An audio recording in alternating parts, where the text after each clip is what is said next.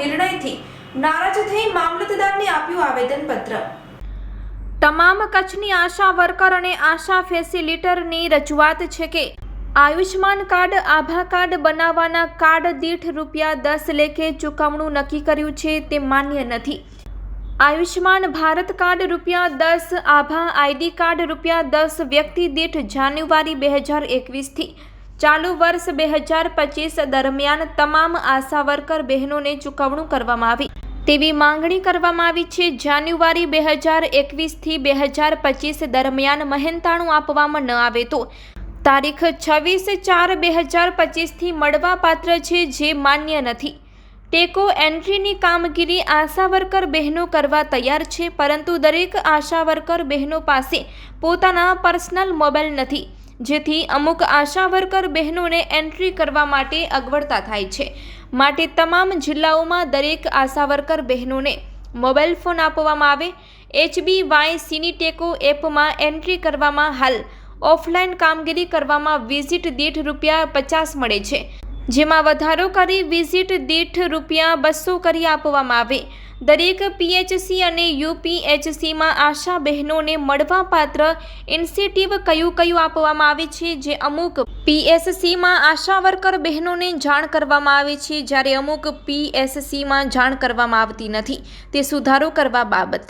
એવી જ રીતે અમુક તાલુકાઓના PHC અને UPHCમાં આશા વર્કર બહેનોને વધારો ઇન્સેન્ટિવ 50%ના બિલ તૈયાર કરી PHC અને UPHC ગ્રુપમાં મૂકવામાં આવે, પરંતુ આશા વર્કર બહેનોના ખાતામાં આવા 1 થી 1.5 મહિનો થાય ત્યારે જમા થાય છે, જે સુધારો કરવો। આશા વર્કર બહેનોને ટેકો એન્ટ્રીની તાલીમ આપવામાં આવે તથા તમામ તાલીમના આશા સર્ટિફિકેટ આપવામાં આવે તો આશા વર્કર બહેનો કામગીરી કરવા તૈયાર છે, પરંતુ ઇન્સેન્ટિવ ટાઈમ પર દરેક જિલ્લામાં ચૂકવવાનું થાય તેવી વ્યવસ્થા કરવામાં આવે।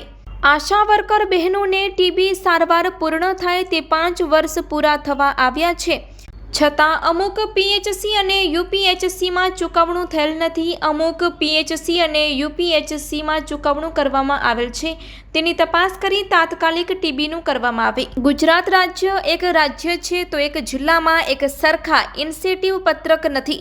PHC અને UPHC પ્રમાણે ઇન્સેન્ટિવ પત્રક બનાવીને આશા વર્કર બહેનોને આપવામાં આવે, જે એક સરખા ઇન્સેન્ટિવ પત્રક આપવામાં આવે। આશા વર્કર બહેનોને કાયમી કરવામાં આવેલ લઘુત્તમ વેતન આપવામાં આવે તેવી આશા વર્કર બહેનોની માંગ છે। 2021 થી અત્યાર સુધી આશા બહેનો દ્વારા જે PMMVYના ફોર્મ ભરવામાં આવ્યા હતા, એમનું ચૂકવણું હજી સુધી થયેલ નથી। આશા ફેસિલિટરના મુદ્દા છે। 10 આશા બહેનો પર એક ફેસિલિટર, જે બહેનોને પહેલો 20 વિઝિટ કરવાની હતી, તે હવે 30 વિઝિટ કરવાની હોય છે। તે ફેસિલિટર બહેનો માત્ર 6000 મળતા હોવાથી તેમને પોસાતો નથી। બીજું કે 2022 થી જે 50%ના હિસાબે 6000નો 50% એટલે કે 3000 થવા જોઈએ, એમના બદલે માત્ર 2000 આપવામાં આવે છે। આ તમામ માંગણીઓ સમયસર સાંભળવામાં આવે અને તેમનો યોગ્ય નિકાલ કરવામાં આવે તેવી માંગ કરવામાં આવી છે। કામગીરી પ્રમાણે ઇન્સેન્ટિવ ચૂકવવામાં આવશે, તે જ કામગીરી કરવામાં આવશે। મારું નામ સલમાબેન રાવમા છે, હું ચિત્રોડ PHCની આશા વર્કર છું। આજે અમે રાપર તાલુકા બ્લોકે અમારા આવેદનપત્રક આપવા આવ્યા છીએ, કે જેમાં અમને એવું કહેવામાં આવ્યું છે કે તમે લોકો ઓનલાઈન કામગીરી કરો। તો ઓનલાઈન કામગીરી કરવા માટે પહેલી વસ્તુ તો સરકાર અમને મોબાઈલ આપે। અમારી પાસે મોબાઈલ છે નહીં, અમારી પાસે મોબાઈલ નથી। સિમ કાર્ડ આપો, રિચાર્જ આપો। અમે 2000 જેવો પગાર અમને આપે, 2000 રૂપિયામાં શું વરે?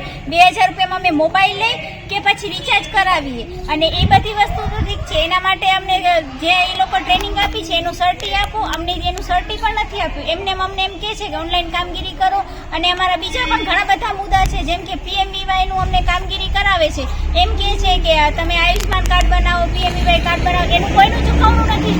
એ આયુષ્માન કાર્ડનું અમને વ્યક્તિ દીઠ 10 રૂપિયા આપવાનું કહે છે। કેટલા વર્ષથી અમે કામ કરીએ, એનું 1 રૂપિયાનું ચૂકવણું નથી। જો ચૂકવણા વગર અમે કામ કરીએ, ખાલી અમારે તો ઢસડા જ કરવાના એવું જ છે ને। અમને અમારું મહેનતાણું આપો તો અમે કામ કરીએ ને, અમને કેમ એમને કામ કરવું?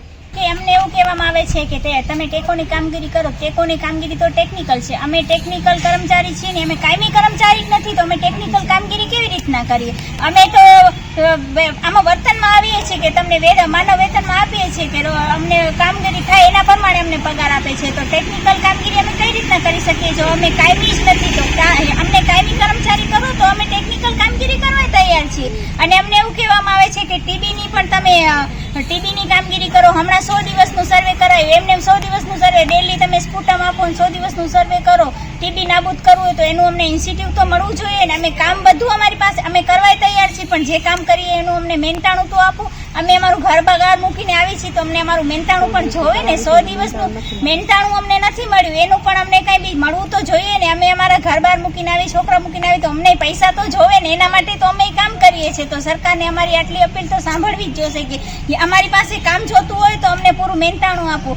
અમને 2000 જેવી નજીવી 2000 રૂપિયામાં અમને ઢસડા કરાવે છે. તો એ વસ્તુ હવે સરકારને સમજવી જોઈએ કે આ વસ્તુ યોગ્ય નથી. 2000 રૂપિયામાં જ કાંઈ નથી થતું.